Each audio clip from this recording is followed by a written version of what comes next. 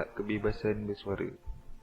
Hak kebebasan bersuara ialah hak terhadap individu dalam menyampaikan apa yang difikirkan atau apa jua pandangannya mengenai sesuatu idea, sama ada dalam bentuk tulisan, slogan, lakonan ataupun ekspresi. Hak kebebasan bersuara juga diiktiraf sebagai hak asasi manusia di dalam Perkara 19, iaitu perisytiharan hak asasi manusia sejagat. Ia juga diiktiraf dalam Undang-Undang Hak Asasi Manusia Antarabangsa.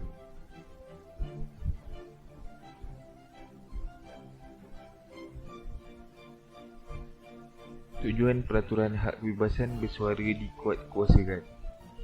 Pertama, bagi menjamin dan menjaga keharmonian dan keamanan negara. Kedua, bagi menjaga perasaan kaum lain. Yang ketiga, bagi menghormati adat resam dan kepercayaan pelbagai kaum.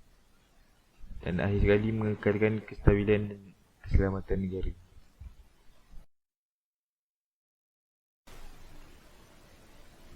Antara kesan apabila hak kebebasan bersuara tidak terkawal. Pertama, akan menggugat keharmonian dan keamanan negara, mengakibatkan permusuhan antar kaum dan menjatuhkan ekonomi negara. Kita boleh lihat pada isu sebelum ini, hak kebebasan bersuara di negara kita tidak terkawal. Contohnya, sebelum ni ada rakyat yang berani mempertikaikan hak ketuanan Melayu. Mereka juga berani mempertikaikan kedaulatan undang-undang. Ada juga yang membangkang dan tidak bersetuju dengan adanya sistem beradil di Malaysia ini. Hak kebebasan bersuara yang tidak terkawal ini boleh mengucar-kacirkan negara. Contohnya, kita boleh lihat beberapa tahun dulu, iaitu pada 13 Mei. Jadi perkara ini menyebabkan permusuhan antara kaum-kaum di Malaysia yang disebabkan oleh kebebasan bersuara yang sangat lantang daripada rakyat itu sendiri. Assalamualaikum dan hai semua. Nama saya Muhammad Faiz bin Azmi. Hari ini saya ingin membentangkan Akta Persekutuan yang dikaitkan dengan kebebasan bersuara.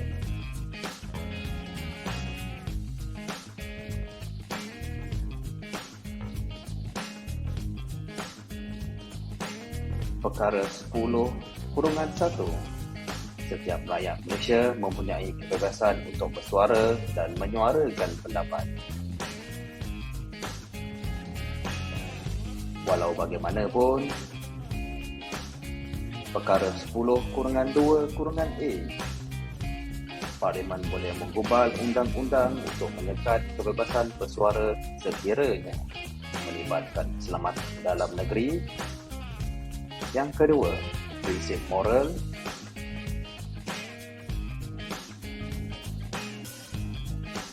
Yang ketiga, ketenteraman awam. Yang keempat, hubungan antarabangsa. Yang kelima, penghinaan terhadap mahkamah. Yang keenam, fitnah. Dan yang terakhir, perbuatan mengapi-apikan supaya dilakukan suatu kesalahan. Saya juga telah menjalankan sedikit tinjauan dan pendapat di kalangan rakyat akan sekerja berkenaan akta ini. Ini pandangan mereka.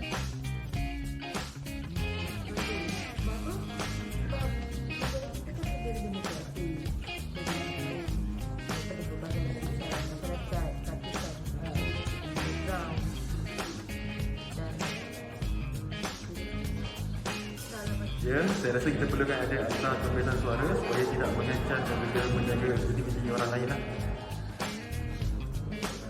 Okay, bagi aku setuju lah akta ni sebab technically je kita boleh kata kat mana-mana pun dia tak ada freedom of speech lah, jadi semua benda kena ada guide. So akta ni dia bagi tahu yang kita boleh buat bersuara tapi kita kena ada limitation macam tak boleh control security. So aku setuju lah secara etika ni pun bagus juga lah sebab kita ni kan dekat Malaysia bidang bangsa, bidang agama, so ada certain area kita tak boleh nak sentuh lah. So ni bagus lah, jadi akta ni bagus dan aku setuju. Terima kasih, bye bye. Okay, pada pendapat saya rasa it's good to have akta dalam memberikan kita punya pendapat lah ataupun kebebasan bersuara, sebab some things can impact people lah, in terms of sensitivity ke atau macam isu keagamaan ke yang boleh merosakkan ataupun melemahkan dia punya confidence and all that lah. Okay. Sekian, terima kasih. Saya serahkan semula kepada rakan kumpulan untuk meneruskan pembentangan seterusnya. Terima kasih. Assalamualaikum dan hai semua. Saya Nurul Nyanyi, di mana hari ini saya ingin membincangkan tentang etika dalam amalan kebebasan bersuara. Dalam topik ini terdapat 6 etika utama yang perlu kita ketahui. Antaranya ialah tidak mengkritik atau menyentuh perkara-perkara yang bersifat sensitif seperti agama dan sensitiviti kaum. Contohnya apabila kita melontarkan pendapat ataupun ketika kita bersuara, kita tidak boleh sampai menghina agama kaum lain dan membeza-bezakan agama kita dengan agama mereka. Yang kedua, tidak menyentuh mana-mana isu yang menggugat keamanan dan keharmonian negara sampai membawa kepada perpecahan ataupun perbalahan kaum. Jadi itu akan memberi kesan impak buruk kepada negara kita. Seterusnya, menghormati budaya, adat resam dan cara hidup kaum lain. Di Malaysia, terdapat pelbagai kaum, antaranya Melayu, Cina, India. Jadi kita perlulah hormat antara satu sama lain.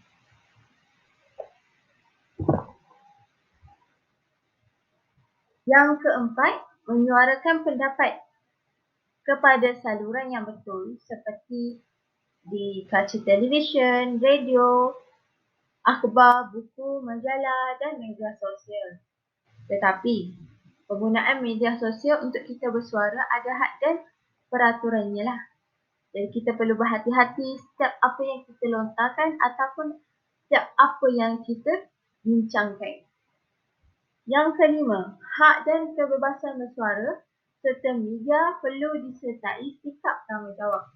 Contohnya, bila kita bersuara, kita perlulah mengambil sikap amanah, tanggungjawab dengan apa yang kita sampaikan, dan kita tidak boleh menunding jari ataupun menyalahkan mana-mana individu terhadap pendapat kita. Dan media yang kita gunakan tu sepatutnya media yang betul lah. Sebab orang cakap, berani kerana benar, takut kerana salah. Yang terakhir, kebebasan bersuara mestilah berlandaskan kebenaran dan perlu difahami. Di sini membawa maksud yang di mana kita perlulah mengumpul idea, fakta, kebenaran sebelum kita lontarkan sesuatu pendapat kita terhadap sesuatu isu. Dan kita perlu fahamkan dulu apa yang ingin kita suarakan. Jadi dekat situ kita boleh raih kepercayaan orang terhadap kita sewaktu bersuara. Berani buat, berani tanggung. Tidak pasti, jangan kongsi. Jadi, carilah fakta dan kebenaran. Itu saja dari saya. Terima kasih. Baiklah, yang seterusnya adalah hiburan hedonisme. Baiklah, mari kita lebih mendalam apa itu hiburan hedonisme. Hiburan hedonisme adalah ajaran atau pandangan bahawa kesenangan atau kenikmatan merupakan tujuan hidup dan tindakan bagi setengah manusia. Gejala hedonisme ialah perkara yang negatif atau sub budaya kepada masyarakat, terutamanya golongan remaja. Kita sebagai rakyat Malaysia yang memartabatkan Islam sebagai agama persekutuan dan berpegang kepada adat budaya ketimuran perlu menolak gejala ini. Malah, seluruh negara dan bangsa yang menghormati adat ketimuran serta berpegang kepada amalan dan kepercayaan agama-agama lain juga pasti tidak bersetuju dengan hiburan hedonisme. Baiklah, seterusnya kita mengenali apa punca atau faktor hiburan hedonisme ini. Yang pertama, perkembangan teknologi yang semakin canggih. Yang kedua, pengaruh media massa. Contohnya, melalui perkembangan media massa, pengaruh budaya hedonisme ini dapat menular ke negara ini dengan begitu mudah. Secara umumnya, hedonisme itu boleh dianggap neokolonialisme yang dikhususkan serangan kepada generasi muda oleh pilihan barat. Contohnya seperti minum arak, melepak, mengunjungi pesta hiburan, seks bebas dan parti liar atau sebagainya. Yang seterusnya ialah pegangan agama yang lemah. Apabila pengagama masyarakat, khususnya golongan muda, tidak teguh, mereka tidak akan mendapat keterangan jiwa, dan inilah menjadikan mereka mudah terjerumus dalam kancah budaya hedonisme ini. Yang seterusnya ialah keruntuhan dan kurangnya keprihatinan dalam institusi kekeluargaan. Ibu bapa harus menjadi contoh. Sekiranya ibu bapa yang tidak memedulikan anak-anak mereka kerana terlalu sibuk kerja masing-masing. Sebagai ibu bapa, kita haruslah menjadi contoh yang terbaik untuk anak-anak, kerana dengan cara ini mereka akan merasakan diri mereka sayangi dan dalam masa yang sama dapat mengelakkan berlakunya perkara yang tidak baik. Yang seterusnya, wujud pelbagai pusat hiburan dan perjudian. Budaya hedonisme ini begitu cepat mula di kalangan remaja yang mudah terpengaruh dengan keseronokan dan aktiviti yang dianggap dapat menghilangkan rasa bosan, terutama remaja di bandar. Dengan kemunculan pelbagai pusat hiburan dan pusat di seluruh pelosok negara ini, seperti cendawan yang tumbuh selepas hujan telah menyebabkan budaya hedonisme ini merebak dengan pantas tanpa disadari. Baiklah, yang seterusnya kita akan mengenali pasti apakah kesan hiburan hedonisme ini. Yang pertama, kesannya adalah kemakmuran dan kesejahteraan negara semakin tergugat.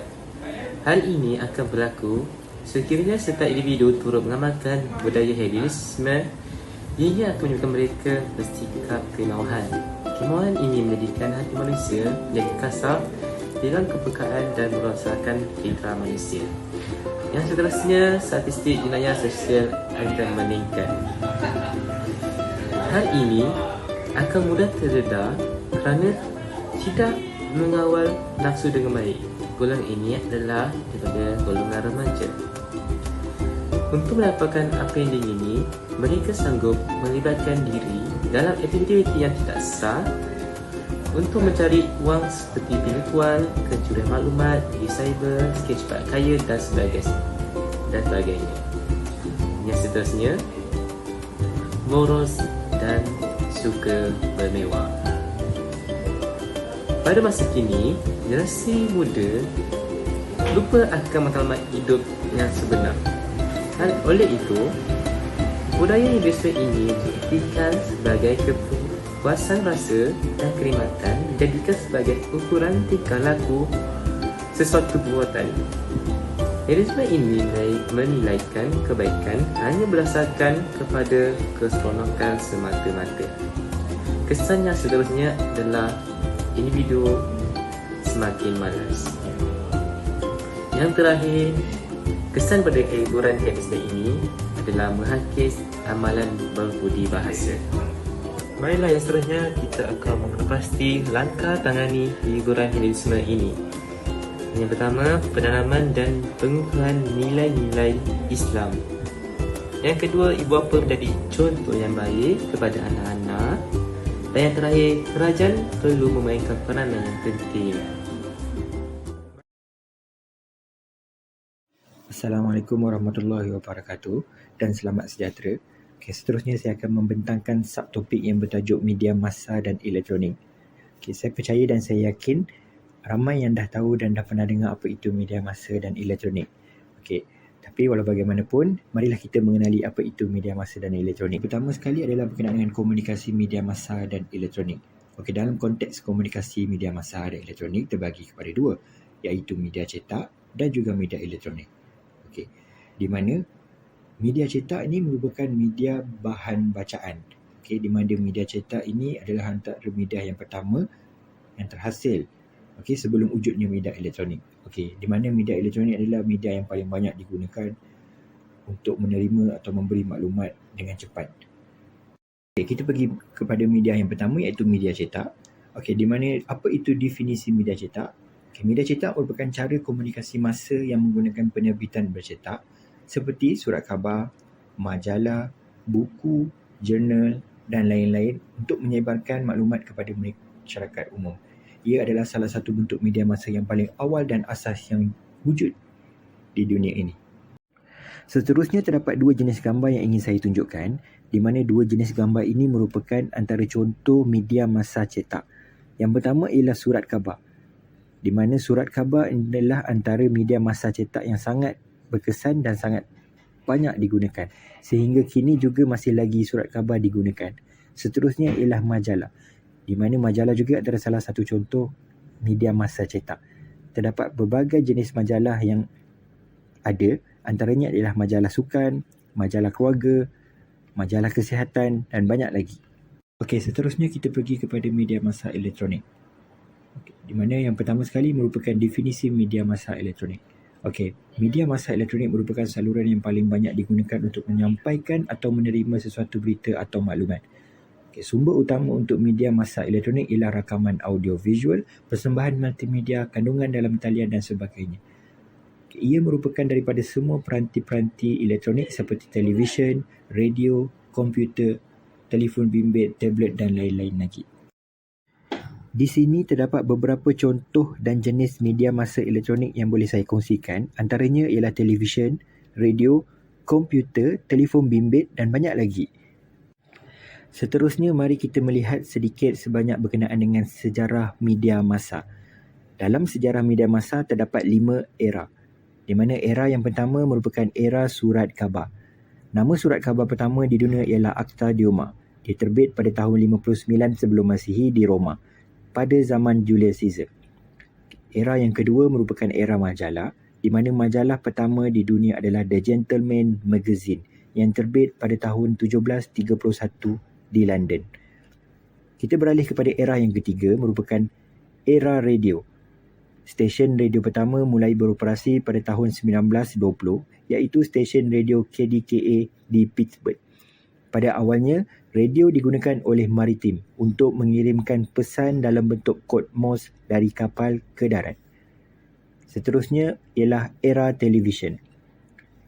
Mulai dikembangkan sejak tahun 1920-an, namun pada mula terkenal dan dimiliki banyak pengguna sejak tahun 1940-an setelah Perang Dunia Kedua berakhir. Pada masa itu, televisyen telah menampilkan gambar dan suara tetapi masih hitam dan putih. Siaran TV berwarna mula wujud sejak tahun 1967. Era yang terakhir merupakan era internet.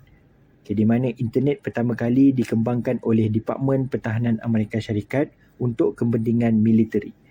Projek tersebut bernama ARPANET, Advanced Research Projects Agency Network.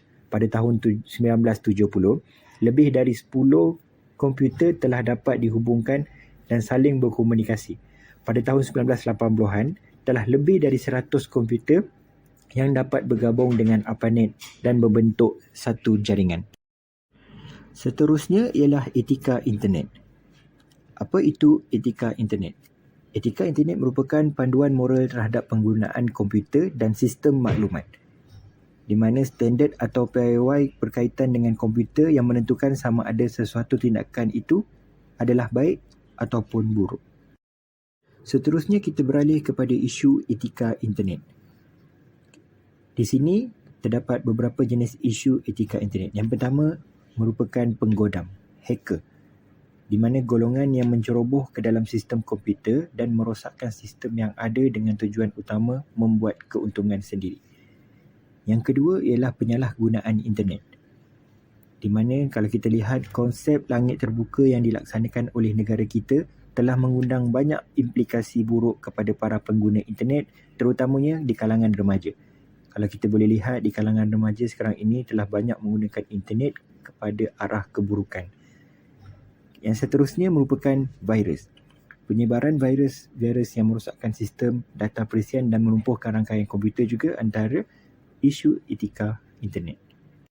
Seterusnya pula ialah isu plagiarism, di mana isu plagiarism ini merupakan atau mengambil sebahagian atau sepenuhnya hasil kerja seseorang, terutama dalam bidang akademik di laman-laman web.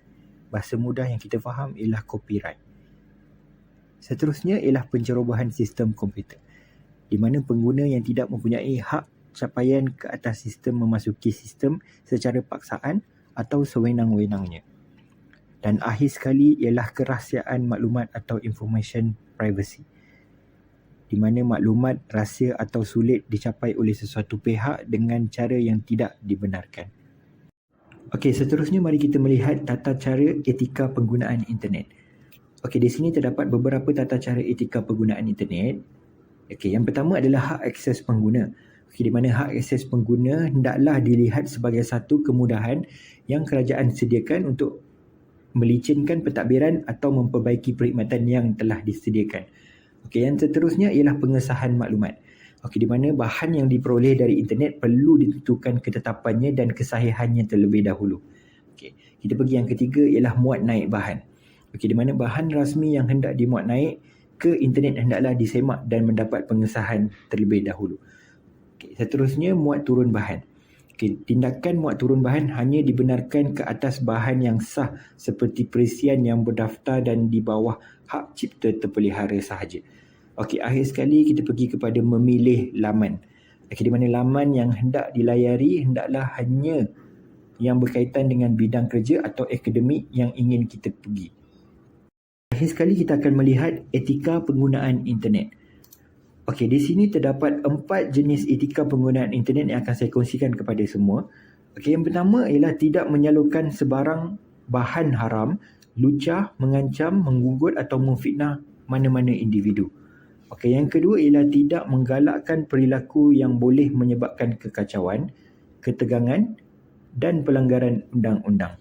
Okey, etika yang ketiga ialah tidak mencerobohi sistem penggunaan individu, kumpulan atau mana-mana organisasi. Okey, dan akhir sekali ialah tidak melaksanakan sebarang bentuk pemantauan rangkaian, network monitoring bagi mencuri data yang bukan ditujukan kepadanya.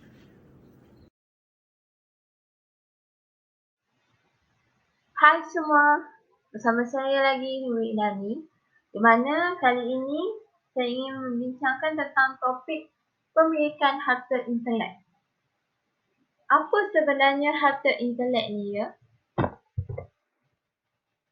Harta internet merupakan hasil ciptaan yang di mana penciptanya mempunyai kuasa yang eksklusif terhadap ciptaan tersebut.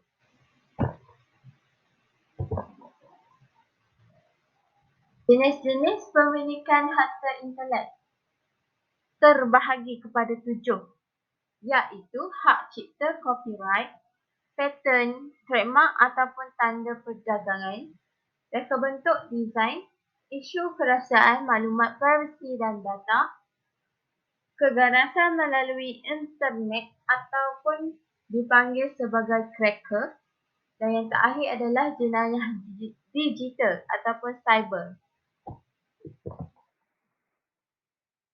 Hak cipta copyright memuat turun segala bentuk perisian ataupun dokumen tanpa meminta kebenaran dan merupakan salah satu kesalahan dari segi undang-undang. Jadi kita sebagai pengguna yang bijak, kita perlulah mohon terlebih dahulu kebenaran sebelum kita muat turun sebarang dokumen yang bukannya kita punya. Yang kedua, patent. Kuasa dan hak eksklusif diberikan kepada ciptaan. Tujuannya nak elakkan mana-mana pihak yang tidak bertanggungjawab daripada meniru ataupun mengeksploitasi ciptaan tersebut. Yang seterusnya adalah trademark, tanda perdagangan, merujuk kepada perkataan, simbol dan identiti sesuatu produk diguna pakai oleh sesebuah organisasi untuk tujuan pemasaran produk mereka. Contoh yang kita boleh ambil, produk Apple. Simbol dia buah Apple yang diguna pakai oleh syarikat Apple itu sendiri. Jadi, dekat sini jelaslah bahawa sesuatu organisasi perlulah mencipta mereka punya trademark sendiri supaya tiada mana-mana organisasi lain yang boleh tiru atau mengguna trademark mereka. Ini juga bertujuan untuk membezakan produk mereka dengan produk syarikat lain. Yang keempat, dari bentuk desain, merujuk kepada bentuk fizikal luaran sesuatu produk yang dihasilkan. Seterusnya adalah isu kerahsiaan maklumat privasi dan data. Contoh yang kita boleh ambil adalah percubaan memecah kata laluan. Ianya menyumbang kepada penggodaman laman sesawang. Jadi apabila kita nak create satu account, nak create sesuatu password ataupun kata laluan ni, kalau boleh elakkanlah mengguna sebarang identiti atau maklumat peribadi diri untuk kita buat akaun tersebut ataupun buat password tersebut. Ianya merupakan salah satu langkah keselamatan yang boleh kita ambil dari awal.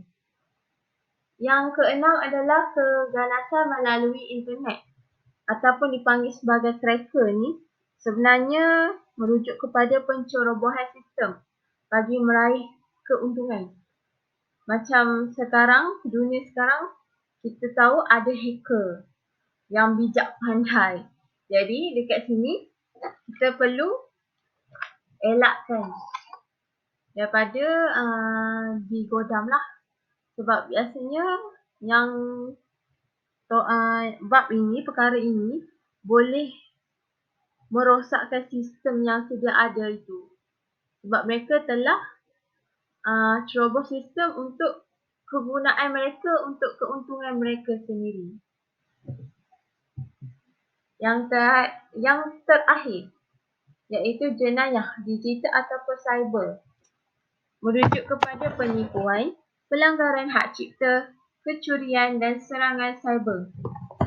Sebagai contoh yang saya boleh jelaskan ialah seperti industri perfilman. Di mana mereka apabila mereka menghasilkan sesuatu karya seperti menghasilkan drama, movie yang baru dan mereka belum publish ataupun kongsi dengan orang ramai lagi, akan tetapi ada pihak ketiga, pihak yang tidak bertanggungjawab telah menyebarkan, telah memuat naik karya tersebut secara haram. Dan ia juga merujuk dan mempunyai persamaan dengan pelanggaran hak cipta tersebut.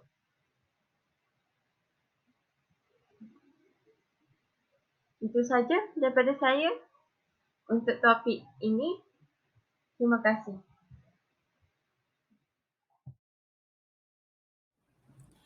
Assalamualaikum dan hai semua. Bersama saya Nur Ain Syafiqah.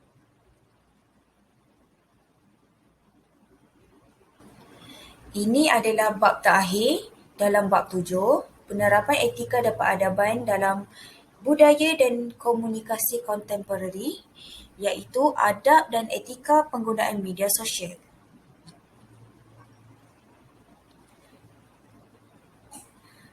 Dalam topik ini, kita akan membincangkan 6 adab dan etika penggunaan media sosial.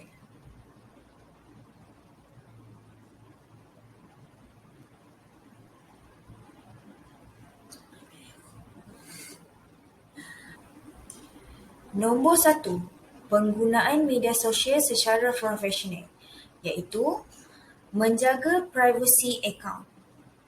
Kita janganlah mendedahkan maklumat peribadi macam alamat rumah, nombor IC untuk langkah keselamatan dan mempunyai lebih dari satu akaun. Untuk membezakan kegunaan peribadi dan secara profesional. Sebab ada sesetengah orang, dia gunakan media sosial ni untuk sebagai punca rezeki, untuk mencari punca pendapatan. So, kita kena bezakan untuk kegunaan peribadi dan profesional. Nombor 2, penggunaan bahasa yang sopan. Singkatan perkataan yang sukar difahami. Kita sedia maklum, pengguna sosial media ni bukan daripada satu lapisan umur sahaja. Pengguna sosial media ni dari pelbagai lapisan umur. Jadi kita mestilah menggunakan perkataan yang mudah difahami untuk semua lapisan masyarakat supaya tidak berlaku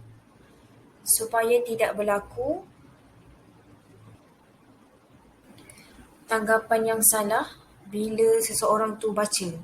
Sebab lain orang kan lain kan cara dia membaca dan menerima. Selain daripada tu, bahasa kasar atau carutan. Sebab pengguna media sosial ni ada juga daripada kalangan kanak-kanak. So, mungkin untuk kita orang dewasa menganggap itu sebagai satu gurauan. Tapi untuk kanak-kanak, dia akan belajar benda baru. Jadi tak elok untuk kanak-kanak lah.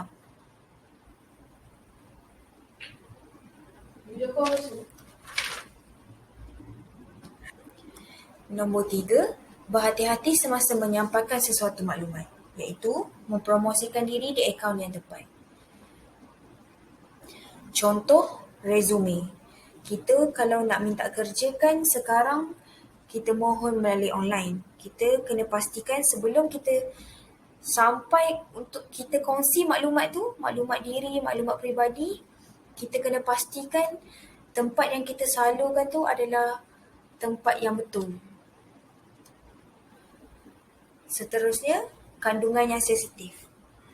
Kita kena pastikan sebelum kita share, kita kongsi sesuatu maklumat, info, kita kena pastikan kandungan tu bukan kandungan sensitif yang menyentuh perkauman. Nombor 4, menghormati privasi orang lain, iaitu kita jangan mengumpat dekat media sosial ni. Sebab media sosial ni dia umum, semua orang boleh baca. So bila kita kongsi benda yang kadang-kadang benda yang tak sahih pun orang percaya sebab daripada pembacaan dia. Dan apabila orang lain membaca, mereka akan membuat tanggapan yang salah tanpa unsur periksa terhadap kenyataan yang dia baca tu.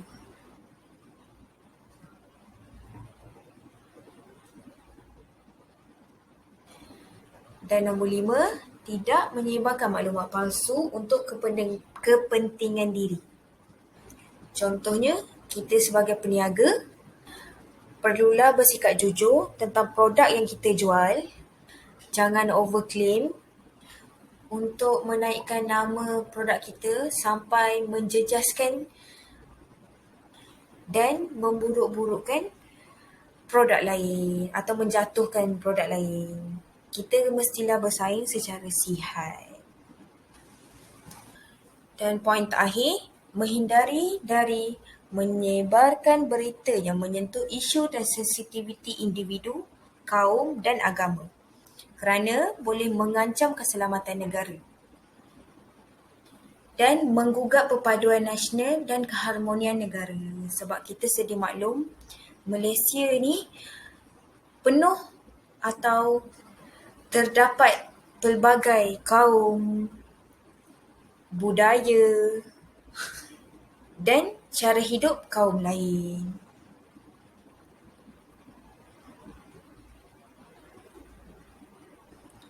Akhir kata, pada masa sekarang, media sosial merupakan medium perhubungan penyebaran maklumat sekaligus menjadi satu trend dalam kehidupan masyarakat masa kini, terutamanya golongan remaja. Media massa dapat menyampaikan sesuatu maklumat dengan cepat kepada kumpulan sasaran. Sekian saja pembentangan daripada kumpulan kami iaitu kumpulan 8. Terima kasih kami ucapkan kepada anda semua di atas tumpuan dan fokus yang berikan kepada kumpulan kami. Semoga pembentangan kumpulan kami memberi manfaat dan pengajaran yang boleh digunakan. Sekian, terima kasih. Jumpa lagi. Assalamualaikum dan selamat sejahtera.